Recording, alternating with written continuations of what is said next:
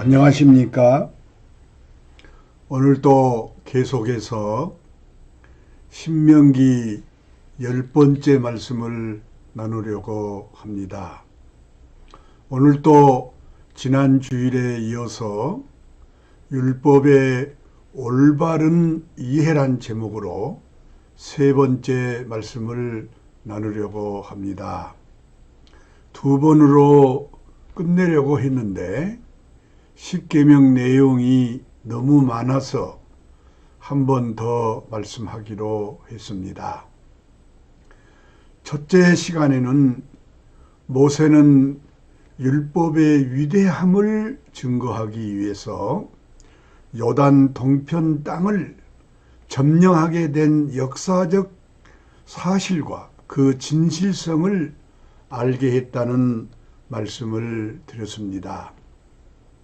둘째는 그 율법의 언약을 맺을 때 지금 살아있는 사람들과 맺었다는 말씀을 나누었습니다. 세 번째는 하나님을 알되 율법을 주신 그 언약을 주신 여호와 하나님을 알고 믿어야 한다는 말씀을 나누었습니다. 그리고 지난 주일에는 네 번째로 율법의 기초인 십계명을 선포한 내용을 좀 길게 말씀을 나누었습니다. 오늘은 다섯 번째로 하나님께서 율법을 주신 방법에 대해서 말씀을 나누게 될 것입니다. 그리고 여섯 번째는 율법이 주어질 때 그 상태를 말씀을 드리고, 마지막 일곱 번째는 그 율법을 이스라엘 백성들에게 가르쳐서 영원히 가나안 땅에서 복을 받고 살기를 원한다는 그런 말씀을 나누려고 합니다. 오늘도 거듭 말씀드립니다만 율법을 올바로 이해를 해야 예수 믿는 삶을 성공시킬 수 있다는 것입니다. 다시 말하면 하나님의 목적대로 인생을 살아낼 수 있다는 것입니다. 왜 하나님의 선택받은 이스라엘은 하나님의 목표에서 빗나갔는가? 그것은 많은 이유가 있겠지만 근본적인 것은 율법을 하나님의 목적대로 이해를 하지 못했기 때문입니다. 하나님께서는 이스라엘에게 율법을 주실 때 예수께로, 그 예수께로 인도해서 구원을 받게 하기 위해서 주셨습니다. 그런데 이것을 깨닫지 못하고 율법을 지키려고만 하다가 하나님께서 보내심을 받은 예수 그리스도를 죽임으로 실패하게 된 것입니다. 지금도 마찬가지입니다. 율법을 지키려고 힘쓰다가 참 사람이 되지 않고 있다는 것입니다. 이것이 오늘날 기독교의 현실입니다.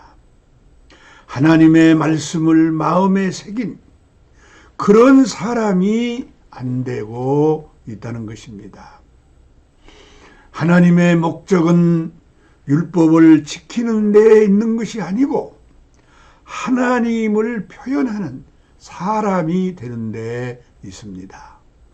하나님의 목적 안에 있는 사람이 되게 하는 것이 하나님의 목적입니다.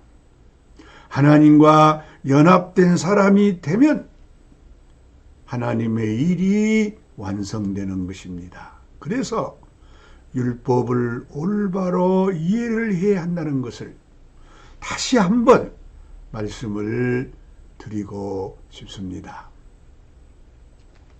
다섯째, 모세는 율법을 주신 방법을 말씀하고 있습니다. 하나님 말씀을 보겠습니다. 오늘 본문 22절 말씀을 보겠습니다. 제가 읽겠습니다. 여호와께서 이 모든 말씀을 산 위 불 가운데, 구름 가운데, 흑암 가운데에서 큰 음성으로 너희 총회에 이르신 후에 더 말씀하지 아니하시고 그것을 두 돌판에 써서 내게 주셨느니라 하였습니다.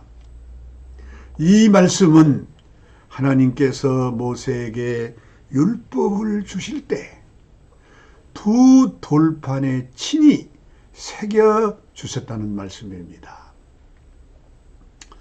여기서 율법을 두 돌판에 써서 주었다. 이 말은 돌에 새겨 주었다는 것입니다. 두 돌판이란 말은 율법은 크게 두 가지 내용으로 되어 있다는 것을 의미합니다. 한 돌판에는 1계명부터 4계명을 새겨 주었는데 이것은 하나님과 관계된 계명임을 의미합니다. 또 한 돌판에는 5계명부터 10계명을 새겼는데 이것은 사람과 관계된 계명임을 보여주신 것입니다. 그래서 10계명은 크게 두 가지로 되어 있습니다. 하나는 하나님과 관계된 계명이고 또 하나는 사람과 관계된 계명입니다. 여기서 중요한 말은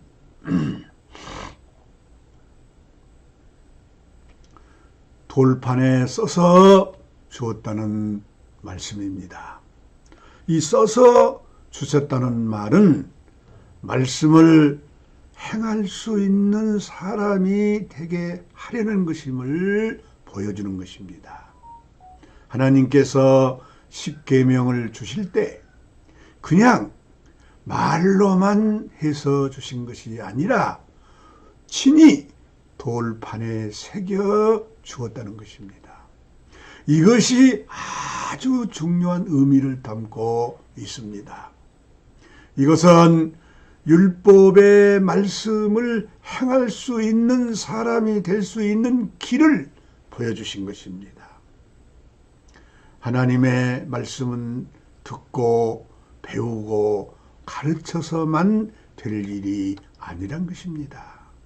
이것만으로는 하나님의 말씀대로 행할 수 있는 것이 아닙니다. 말씀이 돌에 새겨주듯이 사람의 마음에 새겨져야 하나님의 말씀을 행할 수 있는 사람이 될 수 있다는 것입니다. 이스라엘이 율법을 받고 배웠어도 실패한 이유는 무엇인가? 그들이 율법을 듣고 읽고 가르침을 받았는데도 실패한 이유는 무엇인가 하는 것입니다. 그것은 하나님의 율법을, 다시 말하면 하나님의 말씀을 마음에 새기지 못했기 때문입니다. 말씀이 마음에 새겨진 사람이 되지 못했기 때문입니다. 하나님의 마음을 가진 사람이 되지 못했기 때문입니다. 그냥 돌에만 새겨놓고 그것을 보고 듣고 읽고 배우려고만 했기 때문입니다. 지식의 사람이 된 것입니다. 하나님을 믿고 섬긴다는 말은 하나님에 관한 지식을 습득하는 것이 아닙니다. 하나님의 마음을 가진 사람이 되는 것입니다. 율법을 돌에 새겨주듯이 사람의 마음에 새겨져야 말씀을 행할 수 있는 사람이 된다는 것입니다. 모세는 율법을 보고 듣고 읽고 배우는데 그치지 말고 마음에 새기라고 말을 합니다. 신명기 30장 11절로 14절에 보면 율법의 모든 것, 다시 말하면 율법과 명령과 증언과 규례와 율례와 법도를 다 선포하고 나서 그 말씀을 행할 수 있는 길을 말씀하였습니다. 이 말씀은 너무 중요하기 때문에 우리 모두 찾아 읽어 보겠습니다. 신명기 30장 11절로 14절입니다. 여러분 다 같이 찾아서 함께 읽어 보겠습니다. 시작. 내가 오늘 내게 명령한 이 명령은 내게 어려운 것도 아니라 하늘에 있는 것이 아니니 내가 이르기를 누가 우리를 위하여 하늘에 올라가 그의 명령을 우리에게로 가지고 와서 우리에게 들려 행하게 할 것이 아니요 이것이 바다 밖에 있는 것이 아니니 내게 이르기를 누가 우리를 위하여 바다를 건너가서 그의 명령을 우리에게로 가지고 와서 우리에게 들려 행하게 하려 할 것도 아니라 오직 그 말씀이 내게 매우 가까워서 내 입에 있으며 내 마음에 있은즉 네가 이를 행할 수 있느니라. 아멘. 이것은 말씀을 행할 수 있는 길을 보여주신 말씀입니다. 말씀을 읽고 보고 배워서만 되는 것이 아니라 마음에 새겨져야 행할 수 있다는 말씀입니다. 하나님의 말씀이 내게 어려운 것도 아니고 먼 곳에 있는 것도 아니란 것입니다. 하늘에 있는 것도 아니고 바다 건너에 있는 것도 아니란 것입니다. 누가 우리에게 그 말씀을 가지고 와서 우리에게 행하게 하려는 것이 아니란 것입니다. 누가 바다를 건너가서 그 말씀을 가지고 와서 우리에게 가르쳐서 행하게 하려는 것이 아니란 것입니다.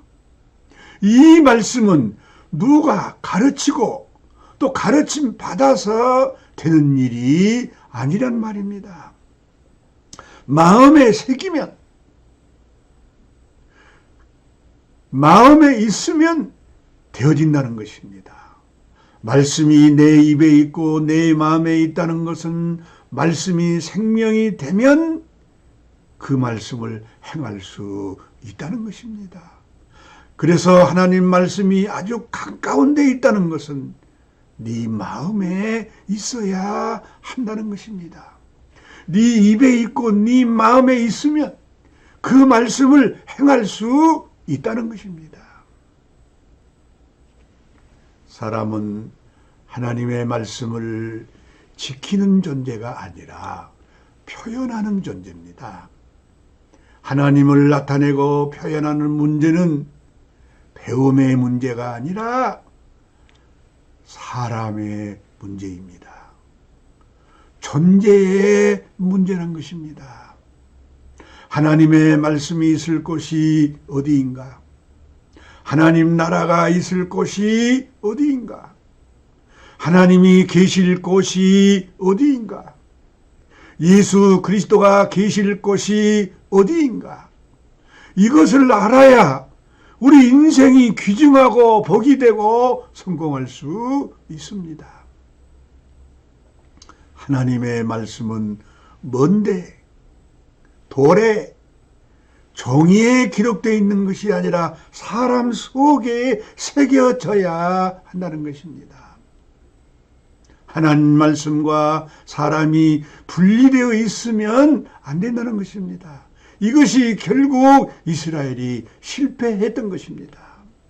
그래서 모세는 새로운 제2세대들에게 말씀, 즉 규례와 증거와 명령과 법도를 마음에 새겨 기억하며 살라고 권면하고 있는 것입니다. 말씀이 마음에 새겨진 사람이 되라는 것입니다. 우리 인생은 어디서 복이 되고 어디서 저주가 되는가? 하나님을 내 마음에 두지 않고 지식이 되기 때문에 저주가 되는 것입니다. 하나님의 말씀이 내 마음에 새겨지지 않고 종교가 되기 때문에 문제가 되는 것입니다. 저주가 되는 것입니다. 그래서 하나님의 말씀은 그 말씀을 하는 자와 하나가 되어야 한다는 것입니다. 다시 말하면 하나님 말씀은 말씀하는 자에 의해서 하나님이 나타나야 한다는 것입니다. 그러기 위해서는 말씀하는 자와 말씀은 둘이 아니라 하나가 되어야 한다는 것입니다. 하나님은 말씀을 보내신 분이시고 하신 분이시고 사람은 그 말씀을 받아서 표현하는 존재란 것입니다. 그래서 모세는 그 말씀이 내게 심히 가까워서 네 입에 있고 네 마음에 있은즉 행할 수 있다라고 말을 하고 있습니다. 이 말은 하나님 말씀과 내가 하나가 되어야 말씀을 행하는 사람이 될 수 있다는 것입니다. 하나님께서 돌에 새겨주듯이 사람의 마음에 새겨져야 한다는 것입니다. 그것이 오늘날 교회 생활입니다. 모여서 말씀을 먹고 그 말씀을 서로 나누는 이 생명의 삶을 살아야 한다는 것입니다. 여섯 번째, 모세는 율법이 주어진 그 상태를 말씀하고 있습니다. 하나님 말씀을 보겠습니다. 오늘 본문 22절로 27절을 보십시다. 제가 읽겠습니다. 산이 불에 타며 캄캄한 가운데서 나오는 그 소리를 너희가 듣고 너희 지파의 수령과 장로들이 내게 나와 말하되 우리 하나님 여호와께서 그의 명령과 위엄을 우리에게 보이시매 불 가운데서 나오는 음성을 우리가 들었고 하나님이 사람과 말씀하시되 그 사람이 생존하는 것을 오늘 우리가 보았나이다. 이제 우리는 죽은 까닭이 무엇이니까 이 큰 불이 우리를 삼킬 것이요 만일 우리가 우리 하나님 여호와의 음성을 다시 들으면 죽을 것이라. 육신을 가진 자로 우리처럼 살아계시는 하나님의 음성이 불 가운데서 말함을 듣고 생존한 자가 누구니까? 당신은 가까이 나아가서 우리 하나님 여호와께서 하시는 말씀을 다 듣고 우리 하나님 여호와께서 당신에게 이르시는 것을 우리에게 전하소서. 우리가 듣고 행하겠나이다. 아멘. 이 말씀은 하나님께서 이스라엘 백성들에게 율법을 주실 때 그 상태를 모세가 말하고 있는 내용입니다. 십계명이 선포될 때 아주 두렵고 무서운 상태에서 주어졌다는 것입니다. 이 말이 굉장히 중요합니다. 이것은 율법이 무엇인가를 우리에게 보여준 말씀입니다. 불 가운데서 구름 가운데서 흑암 가운데서 큰 음성으로 십계명이 주어졌다는 것입니다. 이것은 율법은 두렵고 무서운 말씀임을 보여주신 것입니다. 하나님께서 직접 하신 말씀을 들으니 죽을 것만 같았다는 것입니다. 그래서 모세로 하여금 듣고 전해 주라는 것입니다. 우리는 여기서 왜 율법은 이렇게 두렵고 무서운 말씀인가? 이 말씀을 어기면 저주가 되기 때문입니다. 멸망하기 때문입니다. 그래서 두렵고 무서운 상태에서 보여준 것입니다. 이것은 율법이 어떤 말씀인가를 오늘 우리들에게 보여주신 것입니다. 율법은 모세로부터 온 것이고 복음은 예수 그리스도로부터 온 것입니다. 그래서 율법과 복음의 차이가 있습니다. 그 차이가 무엇인가? 율법은 정죄와 저주입니다. 그래서 두렵고 무서운 말씀인 것입니다. 그러나 복음은 용서와 은혜와 구원이 있는 것입니다. 그래서 은혜와 진리가 충만해지더라고 말하고 있는 것입니다. 그러므로 우리는 율법 아래에 있는 것이 아니라 복음 아래에 있어야 한다는 것입니다. 예수 믿는 것은 하나님을 두렵게 섬기는 것이 아닙니다. 만약 오늘 우리가 예수를 믿는데도 평안하지 못하고 두렵다고 하면 구원이 되어 있지 않는 것을 의미합니다. 예수께서는 수고하고 무거운 짐진 자들아 다 내게로 오라 내 멍에는 쉽고 가볍다고 했습니다. 이것은 율법에서의 해방을 의미합니다. 율법에서의 구원을 말합니다. 그래서 이제는 예수 안에서 은혜와 진리가 충만하게 하나님을 표현하는 삶을 살게 되었다는 것입니다. 그래서 율법은 복음으로 완성되는 것입니다. 바울은 이 율법은 예수 그리스도에게로 인도하는 율법을 지켜서 살게 하는 것이 아니라 이 율법을 보고 내 자신을 깨닫고 예수에게로 인도되어지는 몽학 선생이라고 말을 하고 있는 것입니다. 그래서 이 율법을 올바로 이해를 하지 못하면 이스라엘 백성들처럼 하나님의 목표에 도달할 수 없는 종교적인 사람이 되어버린다는 것을 우리는 기억해야 하겠습니다.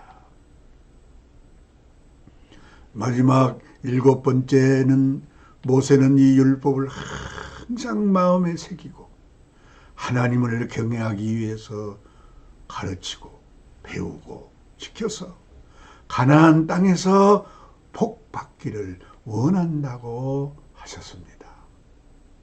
하나님 말씀을 보십시다.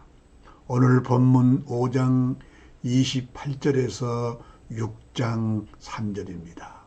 제가 읽어 드리겠습니다. 28절 여호와께서 너희가 내게 말할 때 너희가 말하는 소리를 들으신지라. 여호와께서 내게 이르시되 이 백성이 내게 말하는 그 말소리를 내가 들은즉 그 말이 옳도다. 다만 그들이 항상 이 같은 마음을 품어 나를 경외하며 내 모든 명령을 지켜서 그들과 그 자손이 영원히 복받기를 원하노라. 가서 그들에게 각기 장막으로 돌아가라 이르고 너는 여기 내 곁에 서 있으라. 내가 모든 명령과 규례와 법도를 내게 이르리니 너는 그것을 그들에게 가르쳐서 내가 그들에게 기업으로 주는 땅에서 그들에게 이것을 행하게 하라 하셨느니라. 그런즉 너희 하나님 여호와께서 너희에게 명령하신 대로 너희는 삼가 행하여 자로나 우러나 치우치지 말고 너희 하나님 여호와께서 너희에게 명령하신 그 모든 도를 행하라. 그리하면 너희가 살 것이요 복이 너희에게 있을 것이며 너희가 차지한 땅에서 너희의 날이 길리라.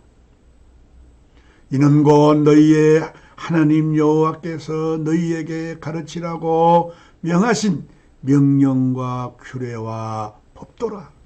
너희가 건너가서 차지할 땅에서 행할 것이니 곧 너와 내 아들과 내 손자들이 평생에 내 하나님 여호와를 경외하며 내가 너희에게 명한 그 모든 규례와 명령을 지키게 한 것이며 또 내 나를 장구하기 위한 것이라. 이스라엘아 듣고 삼가 그것을 행하라. 그리하면 내게 복을 받고 내 조상들의 하나님 여호와께서 내게 허락하심 같이 젖과 꿀이 흐르는 땅에서 내게 크게 번성하리라. 아멘. 이 말씀은 율법과 명령과 증거와 규례와 법도를 이스라엘에게 가르쳐서 그 가나안 땅에서 장구히 복을 받고 누리며 살라는 그런 내용의 말씀입니다. 우리는 여기서 이스라엘이 받고 누려야 할 축복이 무엇인가를 알아야 합니다. 이스라엘이 하나님의 목표에서 빗나간 것도 이 축복관이 잘못되어 있기 때문입니다.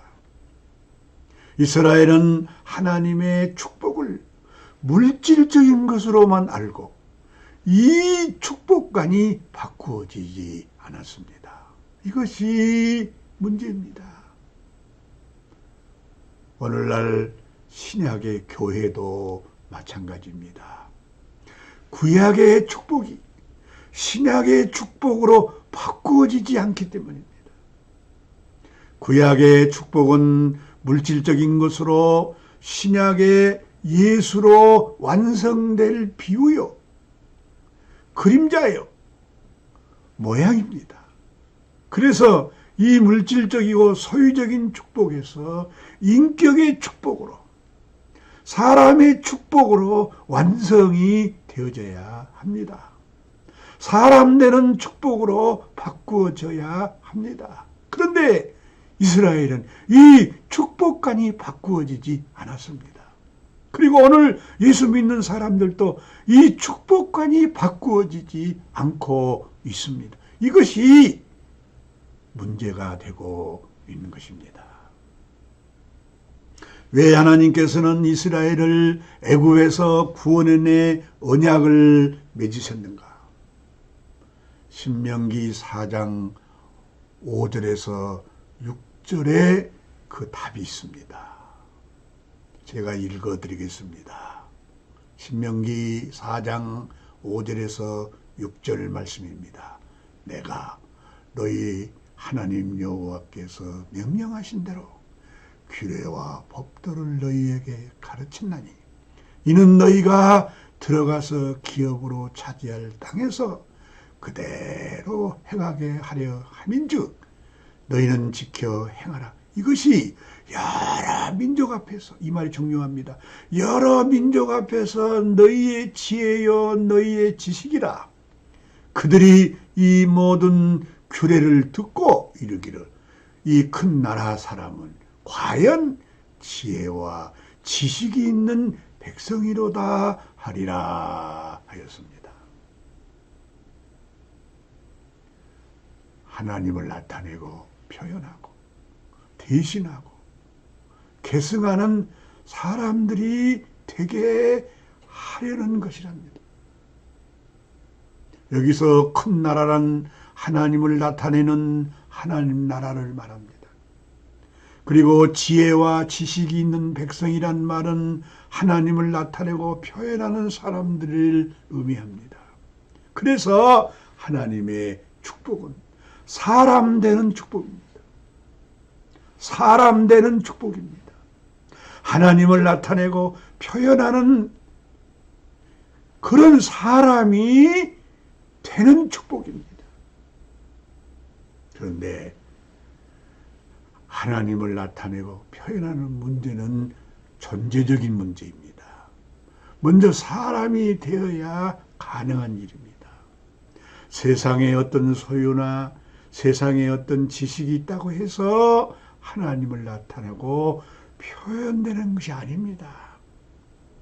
하나님의 생명을 가진 사람이어야 하나님을 표현하는 그 표현이 가능한 것입니다. 그래서 하나님의 축복은 사람 되는 축복입니다.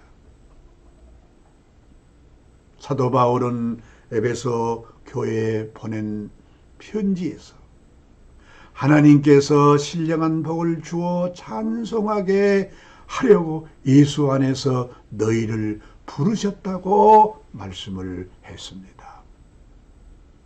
또한 사도 바울은 고린도 교회에 보낸 편지에서 사람을 세 종류로 구분을 했습니다. 첫째는 육에 속한 사람, 두 번째는 육신에 속한 사람, 세 번째가 신령한 사람입니다. 여기서 예수 믿는 사람은 신령한 사람이란 것입니다. 신령한 사람이란 하나님의 생명을 가진 사람을 의미합니다. 하나님과 하나 된 사람을 의미합니다. 말씀이 육신이 되어진 사람을 의미합니다. 그래서 하나님의 마음을 알고 나타내고 표현한다는 것입니다. 누가 하나님의 마음을 알아서 가르치겠는가? 우리가 하나님의 마음을 가졌다고 했습니다. 신령한 사람이 되어야 한다는 것입니다. 생명을 가진 사람이 되어야 하나님을 알고 그 하나님을 나타낼 수 있다는 것입니다. 그래서 하나님의 축복은 사람 되는 축복입니다. 복음이란 무엇인가? 복음이란 복된 소식을 복음이라고 말을 합니다. 사람에게 무엇이 복된 소식인가? 사람이 하나님의 아들이 될 수 있다는 소식이 복된 소식입니다. 사람이 예수를 믿으면 예수와 같이 하나님을 나타내고 표현하는 하나님의 아들이 된다는 것입니다. 하나님의 아들이란 하나님의 생명으로 낳은 사람을 의미합니다. 지식으로 되어진 것이 아니라 하나님에 관한 지식을 가진 사람이 아니라 하나님의 생명으로 낳은 사람입니다. 사람이 하나님의 생명을 가진 아들이 되어야 하나님을 나타내고 표현할 수 있다는 것입니다. 그래서 사람이 하나님을 나타내는 것, 이것이 축복입니다. 하나님의 축복은 사람 되는 축복입니다. 그런데 이 축복관이 바꾸어지지 않기 때문에 지금 교회가 싸우고 분열하고 있는 것입니다. 왜 우리는 하나님의 말씀을 보고 듣고 배우고 가르쳐야 하는가? 하나님에 관한 지식을 습득하기 위해서가 아닙니다. 이 지식을 가지면 가질수록 정죄와 판단이 생겨 연합을 못하게 되는 것입니다. 그리스도의 몸으로 건축이 될 수 없습니다. 그래서 하나님의 말씀을 마음에 새기기 위해서 말씀을 보고 듣고 배우고 가르침을 받아야 한다는 것입니다. 하나님의 생명을 가진 사람이 되기 위해서 말씀을 가르침 받아야 한다는 것입니다. 하나님의 생명을 가진 아들이 되어야 비로소 복음이 완성되는 것입니다. 교회가 무엇인가? 교회는 아담의 하나님 되고 싶었던 그 본성이 십자가로 끝내고 다시 새로운 예수 생명으로 모은 그리스도의 몸을 이루는 사람들입니다. 이걸 교회라고 말을 하는 것입니다. 세상에 어떤 소유를 가지는 것이 아니라 하나님의 말씀이 마음에 새겨 하나님을 나타내고 표현하는 사람들의 모임입니다. 그래서 우리는 세상에 어떤 소유를 가지는 것이 하나님의 축복이 아니라 사람 되는 것이 하나님의 축복입니다. 우리는 이 축복을 받고 누리기 위해서 예수를 믿어야 합니다. 그래서 모세는 제2세대들에게 율법을 선포하고 난 이후에 가나안 땅에 들어가서 이 말씀을 지켜 행할 때 하나님께서 복을 주신다고 말씀하고 있는 것입니다. 오늘은 여기서 마치겠습니다. 안녕히 계십시오.